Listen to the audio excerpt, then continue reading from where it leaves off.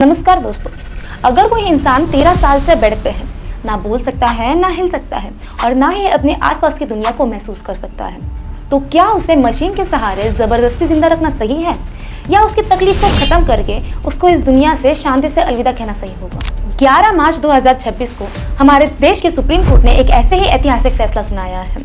उन्होंने हरीश राणा नाम के एक पेशेंट को देश में पहली बार पैसिव यूथनेशिया के लिए इजाजत दी। आइए इस वीडियो में समझते हैं आखिर यूथनेशिया क्या है, हरीश राणा की कहानी क्या है और एक नया कॉन्सेप्ट लिविंग विल क्या है जो हम सबको पता होना चाहिए। चलिए शुरू करते हैं।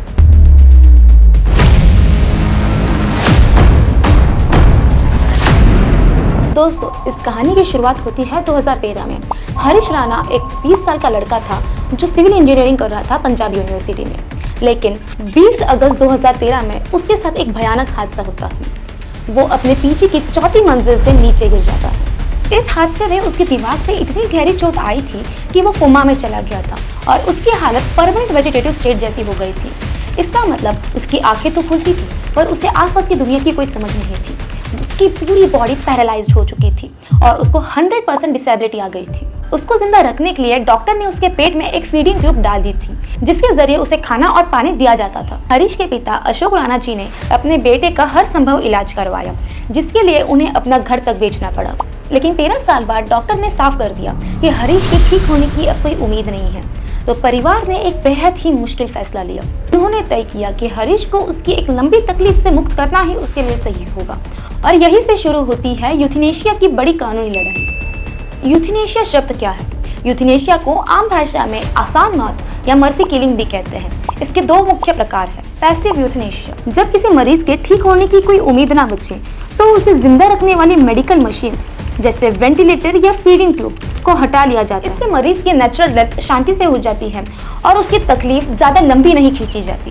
एक्टिव यूथनेशिया, इसमें डॉक्टर द्वारा पेशेंट को एक ऐसी मेडिकल दवाई दी जाती है जिससे उसकी मौत आसानी से हो जाए और उसका दर्द हमेशा के लिए खत्म हो जाए। ध्यान देने वाली बात यह है कि इंडिया में एक्टिव यूथनेशिया पूरी तरह से इलीगल है। पैसिव यूथनेशिया को सख्त नियमों के साथ इंडिया में अलाउ किया गया है। हरीश के पिता ने सबसे पहले दिल्ली हाईकोर्ट में अपील की थी।